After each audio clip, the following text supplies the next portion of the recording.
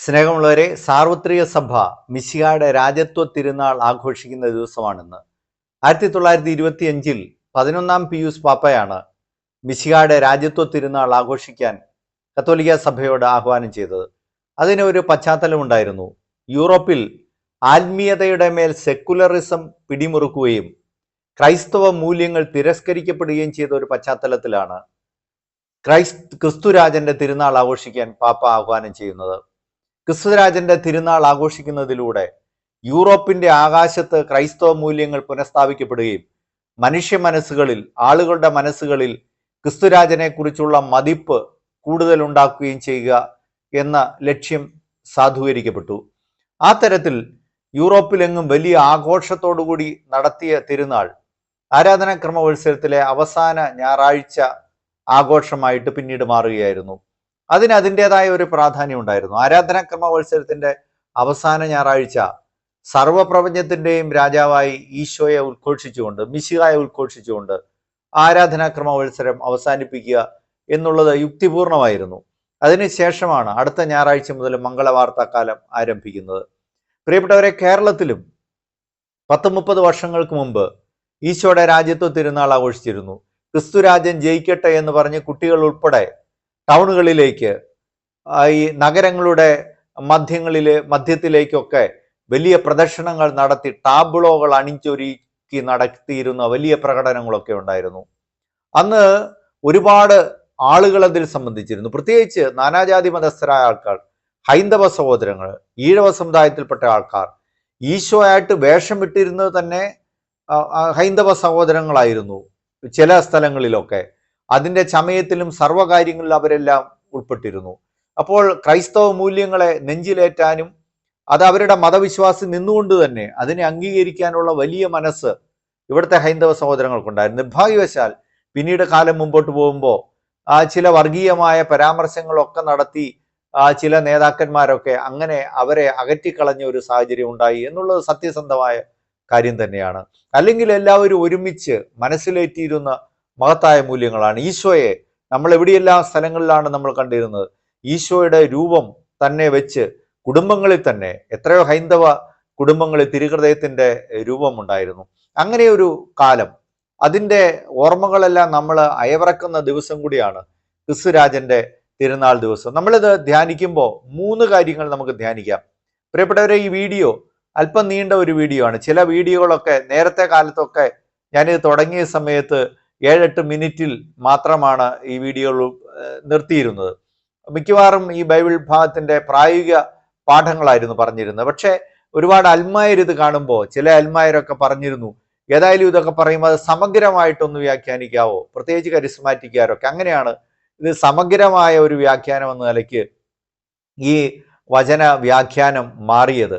അതുകൊണ്ട് അതിന് ഞാൻ ചെയ്യുന്നത് പലപ്പോഴും പ്രായോഗിക പാഠങ്ങളൊക്കെ അവസാന ഭാഗത്തിലേക്ക് മാറ്റി, അങ്ങനെ താല്പര്യമുള്ളവർ അങ്ങനെ സമയം ലാഭിച്ച് കാണാമല്ലോ എന്നാക്കിയിരിക്കുന്നു. അതുകൊണ്ടാണ് അല്പം നീണ്ട വീഡിയോകളായിട്ട് ഇതെല്ലാം പോകുന്നത്. ഇവിടെ നമുക്ക് 3 കാര്യങ്ങൾ ധ്യാനിക്കാം. ഒന്ന്, ഈ രാജ്യത്വ തിരുനാളിൽ സഭ നമുക്ക് ധ്യാനിക്കാൻ തരുന്ന സുവിശേഷ ഭാഗങ്ങളുടെ വ്യാഖ്യാനം.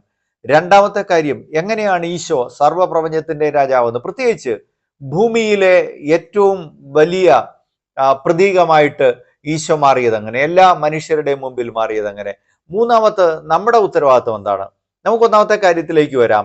2 സുവിശേഷ ഭാഗങ്ങളാണ് രാജ്യത്വ തിരുനാളിൽ മാറി മാറി സഭ നമുക്ക് ധ്യാനിക്കാനായിട്ട് തരുന്നു. ഒന്നാമത്തത് വിശുദ്ധ മത്തായിയുടെ സുവിശേഷം 22-ാം അധ്യായം 41 മുതലുള്ള തിരുവചന ഭാഗമാണ്. രണ്ടാമത്തെ യോഹന്നാന്റെ സുവിശേഷം 18-ാം അധ്യായം 31 മുതലുള്ള തിരുവചന ഭാഗമാണ്. നമ്മൾ ആദ്യത്തെ തിരുവചന ഭാഗത്തിലേക്ക് വന്നാൽ വിശുദ്ധ മത്തായിയുടെ സുവിശേഷം 22-41 മുതലുള്ള തിരുവചന ഭാഗത്ത് അവിടെ ഒരു ചർച്ചയും ഒരു സംവാദവുമാണ്. ഈശോ ആദ്യമായിട്ട് അങ്ങോട്ട് പറഞ്ഞ് യഹൂദരെ, പ്രത്യേകിച്ച് ഫരീസയരെ, നിയമജ്ഞരെ ചർച്ചയ്ക്ക് ക്ഷണിക്കുന്ന ഭാഗമാണ്. ഈശോ ചോദിക്കുന്നു, ക്രിസ്തു ആരുടെ പുത്രനാണ്? അപ്പോൾ അവർ പറയുന്നു, ദാവീദിന്റെ. അപ്പോൾ ഈശോ 110-ാം സങ്കീർത്തനം ഉദ്ധരിച്ചുകൊണ്ട് അവരുടെ വാദത്തെ ഖണ്ഡിക്കുകയാണ്. അങ്ങനെയെങ്കിൽ എങ്ങനെയാണ് ദാവീദ് കർത്താവിന്റെ കർത്താവിനോട് പറഞ്ഞു എന്ന് പറയുന്നത്? നിന്റെ ശത്രുക്കളെ എൻ്റെ പാദപീഠമാക്കുവോളം നീ എൻ്റെ വലതുഭാഗത്തിരിക്കുക എന്ന് പറയുന്നത് അങ്ങനെ? ദാവീദ് കർത്താവെ എന്ന് വിളിച്ചെങ്കിൽ, ക്രിസ്തുവിനെ കർത്താവ് എന്ന് വിളിച്ചെങ്കിൽ ക്രിസ്തു ദാവീദിന്റെ പുത്രനാകുന്നത് എങ്ങനെ? ഈ വചനഭാഗമാണ് മത്തായിയുടെ സുവിശേഷത്തിൽ നമ്മൾ കാണുന്നത്. അത് നമുക്ക് ധ്യാനമായിട്ട് തരുന്നതിന് കാരണം ദാവീദിന്റെ വംശത്തിൽപ്പെട്ടവനാണ് ഈശോ, അതേസമയം തന്നെ സകല പ്രപഞ്ചത്തിന്റെയും കർത്താവാണ് ഈശോ എന്ന് ഈശോ തന്നെ യഹൂദജനത്തോട് പറയുന്ന ഭാഗമായതിനാലാണ് രാജ്യത്തെ തിരുനാൾ ദിവസത്തിൽ ഇത് നമ്മൾ ധ്യാന വിഷയമായിട്ട് എടുക്കുന്നത്. രണ്ടാമത്തെ ഭാഗം യോഹന്നാന്റെ സുവിശേഷത്തിലാണ് 18-ാം അധ്യായം 33 വരെയുള്ള തിരുവചന ഭാഗം. അവിടെ പ്രത്യോറിയത്തിൽ വെച്ച് പീലാത്തോസ് ഈശോയോട് ചോദിക്കുകയാണ്, നീ രാജാവാണോ? ആ ചോദ്യത്തിന് ഈശോ സുനിശ്ചിതമായ ഒരു മറുപടി പറയുകയാണ്, ഇതിനു വേണ്ടിയാണ് ഞാൻ വന്നത്, സത്യത്തിന് സാക്ഷ്യം നൽകാൻ. അതിനുശേഷം ഈശോ പറയുന്നു, എൻ്റെ രാജ്യം ഐഹികമല്ല. അപ്പോൾ ഈശോ വ്യക്തമായി പറയുന്നു, ഞാൻ രാജാവാണ്. പക്ഷേ ഈ രാജ്യം ഐഹികമല്ല. അപ്പോൾ ദൈവത്തിന്റെ രാജ്യം ഭൂമിയിൽ സ്ഥാപിക്കാൻ വേണ്ടിയാണ് ഈശോ വന്നതെന്ന് ഈശോ പറയുകയാണ്. എന്താണ് ഈ ദൈവരാജ്യത്തിന്റെ പ്രത്യേകത? അത് ഈ രാജ്യത്തിന്റെ, സെക്കുലർ രാജ്യത്തിന്റെ, ഭൗമിക രാജ്യത്തിന്റെ ചിന്താഗതികൾക്ക് വിരുദ്ധമാണ്. ഈ രാജ്യം അക്രമമില്ലാത്ത രാജ്യമാണ്. ഇത് വെറുപ്പും വിദ്വേഷവും ഇല്ലാത്ത രാജ്യമാണ്. ഇത് നന്മ കളിയാടുന്ന രാജ്യമാണ്. ശാന്തിയും സമാധാനമുള്ള രാജ്യമാണ്. സ്നേഹത്തിൽ അധിഷ്ഠിതമായ രാജ്യമാണ്. ഈ ഭൂമിയിൽ ദൈവത്തിന്റെ രാജ്യം, ക്രിസ്തുവിന്റെ രാജ്യം നന്മയുള്ള രാജ്യമാണ്. അഴിമതിയും അക്രമവും ഇല്ലാത്ത രാജ്യമാണ്. അവിടെ ബ്രാഹ്മണനും ശൂദ്രനും ഒരുപോലെ ഇരിക്കുന്ന രാജ്യമാണ്. അവിടെ വേർതിരിവുകളില്ലാത്ത രാജ്യമാണ്. ആ രാജ്യം മനുഷ്യരാശി സ്ഥാപിക്കാൻ വേണ്ടിയാണ് മിശിഹ അവതീർണത്. അതിനുവേണ്ടിയാണ് ഞാൻ വന്നത് എന്ന് ഈശോ പറയുകയാണ്. രണ്ടാമത് പ്രിയപ്പെട്ടവരെ, എങ്ങനെയാണ് ഈശോ സർവപ്രപഞ്ചത്തിന്റെ രാജാവായത്? ഇതിനോട് ചേർന്നിട്ട് നമ്മൾ ഓർക്കും, ആദിമ ഈശോയുടെ ജന്മം മുതൽ ഈ രാജ്യത്വ ചിന്ത നിലനിന്നിരുന്നു.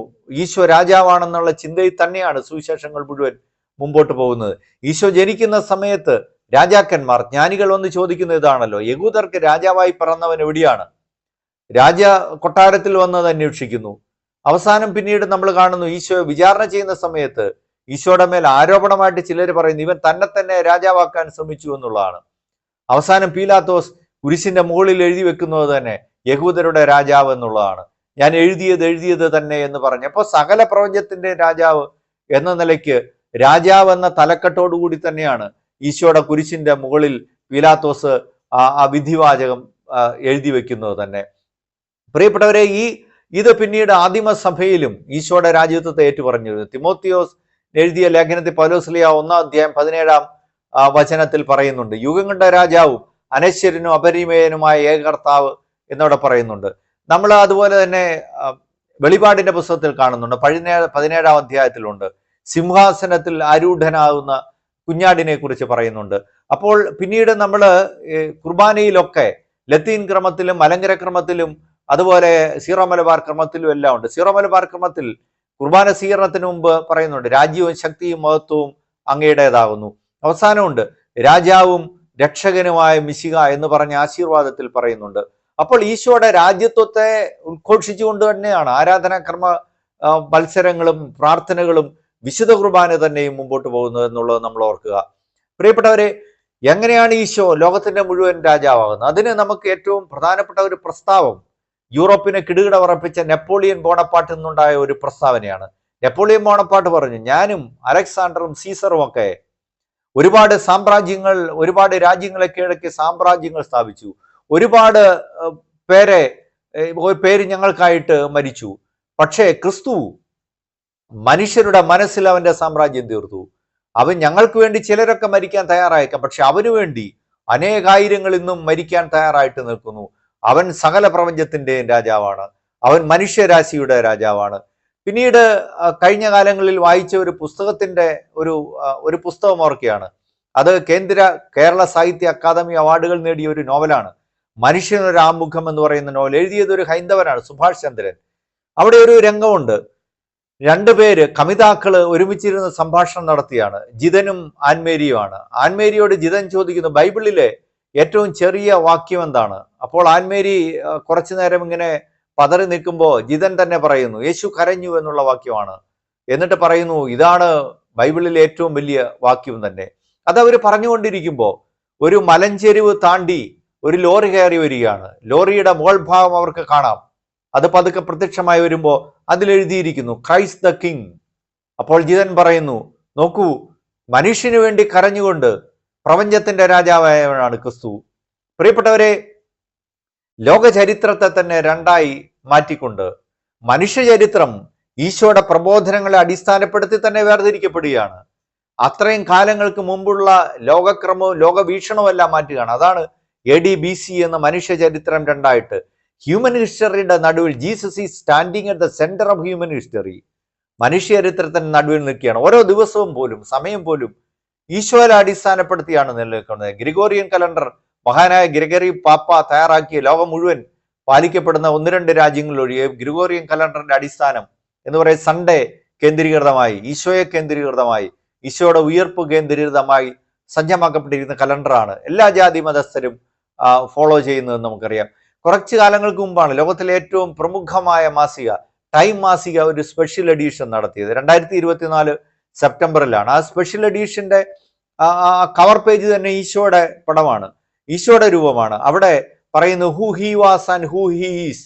അതിൻ്റെ അകത്തുള്ള പ്രബുദ്ധമായ ശ്രേഷ്ഠമായ ആർട്ടിക്കിളിൽ ചിലത് ഒരിടത്ത് വായിച്ചത് ഞാൻ ഓർക്കുകയാണ്. അവർ പറയാണ് ആർക്കിയോളജി എന്നുള്ള വിഭാഗം തന്നെ, അതിൻ്റെ ഈ സർവ ഗവേഷണം തന്നെ അത് പ്രബലമാവുകയും വളർന്നു വരികയും ചെയ്ത് ക്രിസ്തുവിനെ കേന്ദ്രീകൃതമായിട്ടാണ്. ആദ്യ കാലഘട്ടത്തിലൊക്കെ ക്രിസ്തുവിന്റെ കുരിശ് കണ്ടെത്താൻ വേണ്ടിയാണ് ഈ ഗവേഷണങ്ങളൊക്കെ നടന്നത്. അവിടുത്തെ വസ്ത്രങ്ങൾ, തിരുവസ്ത്രങ്ങൾ കണ്ടെത്താൻ വേണ്ടിയൊക്കെയാണ്. അങ്ങനെയാണ് ആർക്കിയോളജി തന്നെ ഡെവലപ്പ് ചെയ്യുന്നത്. എന്നിട്ട് അവർ പറയുന്നു ഒരു കാലത്ത് ഈ ക്രിസ്തുവിനെ കേന്ദ്രീകരിച്ചാണ് ചർച്ചകൾ മുഴുവൻ ലോകത്ത് നടന്നിരുന്നത്. ഈ ചന്തകളിൽ പോലും ഈ ക്രിസ്തു വിജ്ഞാനീയം ചർച്ച ചെയ്യപ്പെട്ടിരുന്നു. ചിലപ്പോഴൊക്കെയുള്ള സംവാദങ്ങളിൽ ഇങ്ങനെ പറഞ്ഞിരുന്നു, ആരെങ്കിലും സ്ത്രീപക്ഷമായാൽ, ആരെങ്കിലും മനുഷ്യപ്പറ്റുള്ള വാക്ക് സംസാരിച്ചു കഴിഞ്ഞാൽ ആളുകൾ പറയുമായിരുന്നു അത്രേ, that's Jesus, it sounds like Jesus എന്ന് പറയുമായിരുന്നു. അത്രമാത്രം മനുഷ്യന്റെ മനസ്സിന്റെ നടുവിൽ, പ്രപഞ്ചത്തിന്റെ നടുവിൽ, ഈ ഭൂമിയുടെ ആകാശത്തിന്മേൽ ഉന്നത പ്രതാപിയായി രാജാവായി വാണ ഈശോയെ കുറിച്ച് ഈ ടൈം മാഗസിൻ പറഞ്ഞു വെക്കുകയാണ്. പ്രിയപ്പെട്ടവരെ, ആ തരത്തിൽ ഈ ലോകത്തിന്റെ സർവ്വപ്രപഞ്ചത്തിന്റെ രാജാവായിട്ട് ഈശോ നിലനിൽക്കുകയാണ്. ഇനി നമ്മുടെ ദൗത്യത്തിലേക്ക് വന്നാൽ ക്രൈസ്തവരെന്ന നിലയ്ക്ക്, അല്ലെങ്കിൽ ഈ ക്രിപ്റ്റോ ക്രിസ്ത്യൻസ് എന്ന് പറയുന്ന കൺസെപ്റ്റ് തന്നെയുണ്ടല്ലോ, അത് ഈശോയിൽ വിശ്വസിക്കുന്നവരെന്ന നിലയ്ക്കുള്ള നാനാജാതി മതസ്ഥരായ ആളുകളും അതിൻ്റെ അകത്ത് വരും. നമ്മുടെ ദൗത്യം എന്താണ്? നമ്മുടെ ദൗത്യം ഈ ആത്മീയമായ രാജ്യത്തെ ഈ ഭൂമി നിലനിർത്തുക എന്നുള്ളതാണ്. ഈശോ പറഞ്ഞുള്ളൂ, എൻ്റെ രാജ്യം ഐഹികമല്ല, എൻ്റെ രാജ്യമെന്ന് ദൈവരാജ്യം ഈ ഭൂമി സ്ഥാപിക്കുക എന്നുള്ളതാണ് നമ്മുടെ ദൗത്യം. അതായത് നമ്മുടെ ചുറ്റുപാടുകളെ തിയോസെൻട്രിക് ആക്കുക, ദൈവകേന്ദ്രീകൃതമാക്കുക, ഹ്യൂമൻ സെൻട്രിക് ആക്കുക, മനുഷ്യപ്പറ്റോടുകൂടിയാക്കുക. അത് സെക്കുലർ രീതിയിലല്ല, ദൈവവിശ്വാസത്തിൽ അടിസ്ഥിതമായ മനുഷ്യ കേന്ദ്രീകൃതമായ ഒരു പ്രപഞ്ചത്തെ നമ്മുടെ ചുറ്റും സൃഷ്ടിക്കുക എന്നുള്ളതാണ് നമ്മുടെ ദൗത്യം എന്ന് പറയുന്നത്. അത് ക്രിസ്റ്റോസെൻട്രിക് ആകുമ്പോൾ മാത്രമേ ആ ഒരു ദൗത്യം പൂർണ്ണമാകുള്ളൂ. മറ്റൊരു തരത്തിലും ആ ദൗത്യം പൂർണ്ണമാകും. എപ്പോഴൊക്കെ ക്രിസ്റ്റോസെൻട്രിക് ആവുമോ അപ്പോൾ അത് ഹ്യൂമൻ സെൻട്രിക്കും ആകും എന്നുള്ളതാണ് അതിൻ്റെ വ്യത്യാസം. കാരണം ഈശോ പറയുന്നതല്ല സാബത്ത് മനുഷ്യന് വേണ്ടിയാണ് ഈശോ പറയുന്നതല്ല. അതുകൊണ്ട് പ്രിയപ്പെട്ടവരെ, നമ്മൾ ചിന്തിക്കേണ്ടതുണ്ട്. പ്രത്യേകിച്ച് ക്രൈസ്തവർ എന്ന നിലയ്ക്ക് നമ്മൾ സത്യത്തിൽ ഈശോ മിശിഹായ്ക്ക് സ്തുതിയായിരിക്കട്ടെ എന്ന് പോലും ധൈര്യപൂർവ്വം പറയാൻ എത്ര പേർക്ക് പറ്റുമെന്നുള്ളത് നമ്മൾ ചിന്തിക്കേണ്ട തന്നെയുള്ള കാര്യമാണ്. നമ്മുടെ തലമുറയെ നമ്മൾ ആ തരത്തിൽ പറയുന്നുണ്ടോ? ഞാൻ ഈ കഴിഞ്ഞ ഇടയ്ക്കാണ് ഒരു കാര്യത്തിന് വേണ്ടി ഇങ്ങനെ നോക്കുമ്പോൾ ഒരു ഫോൺ നമ്പറിൽ കിട്ടി. ഞാൻ ആ ഫോൺ നമ്പറിൽ വിളിക്കുമ്പോൾ മഹേഷ് എന്ന് പറയുന്ന ഒരു ഹൈന്ദവനാണ്. പക്ഷെ അദ്ദേഹം ഫോൺ എടുക്കുന്ന സമയത്ത് അദ്ദേഹം എന്നോട് പറഞ്ഞു ഈശോ മിശിഹായ്ക്ക് സ്തുതിയായിരിക്കട്ടെ എന്ന്. ഞാൻ ഓർത്ത് ക്രിസ്ത്യാനിയാണെന്നാണ് ഞാൻ. പക്ഷേ പിന്നീട് പറയുമ്പോൾ അദ്ദേഹം ഹൈന്ദവനാണ്, പാലാക്കാരനായ ഒരു ഹൈന്ദവൻ. അദ്ദേഹം ഈശോ മിശിഹായ്ക്ക് സ്തുതിയായിരിക്കട്ടെ എന്ന് അദ്ദേഹം പല പ്രാവശ്യം ആവർത്തിക്കുകയാണ്. പ്രിയപ്പെട്ടവരെ, അപ്പോൾ ആ തരത്തിൽ നമുക്ക് പക്ഷെ പറ്റുന്നില്ല ഇത് പറയാനായിട്ട്. അതുപോലെ നമ്മൾ ഓർക്കുക, നമ്മുടെ സമൂഹം എത്രമാത്രമാണ് അപജയത്തിലേക്ക് പോകുന്നത്. ഈ എഫെസൂസുകാർക്ക് എഴുതിയ ലേഖനത്തിൽ 6-ാം അധ്യായത്തിൽ പറയുന്നുണ്ടല്ലോ, അന്ധകാര ശക്തികൾ, പ്രബുദ്ധങ്ങൾക്കും അധികാരങ്ങൾക്കും എതിരെ, അന്ധകാര ശക്തികൾക്കെതിരെയാണ് നമ്മൾ ഇത് സത്യം കൊണ്ട് അരമുറുക്കി നീതിയുടെ കവചം ധരിച്ച് നിലനിൽക്കുവിനെന്ന് പറയുന്ന പൗലോസിലെ പറയുന്ന ആഹ്വാനം. അപ്പൊ ആത്മീയമായ ചുറ്റുപാടുകളെ നമ്മൾ സൃഷ്ടിക്കുക എന്ന ദൗത്യത്തിൽ നിന്ന് നമ്മൾ പിന്നോക്കം പോകുന്നുണ്ട്. ജോഷിയുടെയൊക്കെ സിനിമകളിൽ നമ്മൾ കാണുമായിരുന്നു നമ്മുടെ ക്രൈസ്തവ കുടുംബത്തിലെ കാരണവന്മാർ, പ്രത്യേകിച്ച് വീട്ടമ്മമാരൊക്കെ, ആ കുടുംബത്തിൽ ജോലി ചെയ്യുന്നവരൊക്കെ മറ്റ് സമുദായത്തിൽപ്പെട്ടവരാണ്. പക്ഷെ അവർ പുറത്തു പോകുമ്പോൾ പറഞ്ഞിടാ കർത്താവിന് നിരക്കാത്ത പ്രവൃത്തി ചെയ്യരുത് എന്ന് പറഞ്ഞ് അത്തരം കാര്യങ്ങളൊക്കെ നമ്മൾ ഓർക്കുന്നുണ്ടല്ലോ. ഇന്ന് നമ്മുടെ സമൂഹം വലിയ അപജയത്തിലേക്ക് പോകുന്നു.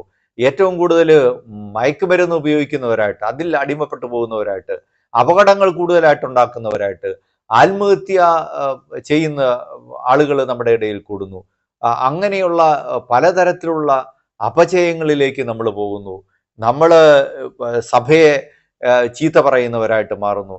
നമ്മൾ സഭയ്ക്ക് അധികമായിട്ടൊന്നും ഉപകാരങ്ങൾ ചെയ്യാത്തവരായിട്ട്, ചടങ്ങിന് വേണ്ടി മാത്രം പള്ളിയിലൊക്കെ വന്ന് പോകുന്നവരായിട്ട് കുറേയധികം പേര് അങ്ങനെ പോകുന്നുണ്ട്. ഒരുപാട് പേര് എല്ലാത്തിനും ചേർന്ന് നിൽക്കുമ്പോഴും കുറേയധികം പേര് വെറുതെ അനുഷ്ഠാനം എന്ന നിലയ്ക്ക് ഇങ്ങനെ നടത്തി പോകുന്നവരായിട്ട് മാറുന്നില്ല. നമ്മൾ ശരിക്കും ക്രൈസ്തവ ദൗത്യം നിർവഹിക്കുന്നുണ്ടോ എന്ന് നമ്മൾ ചിന്തിക്കേണ്ടതുണ്ട്.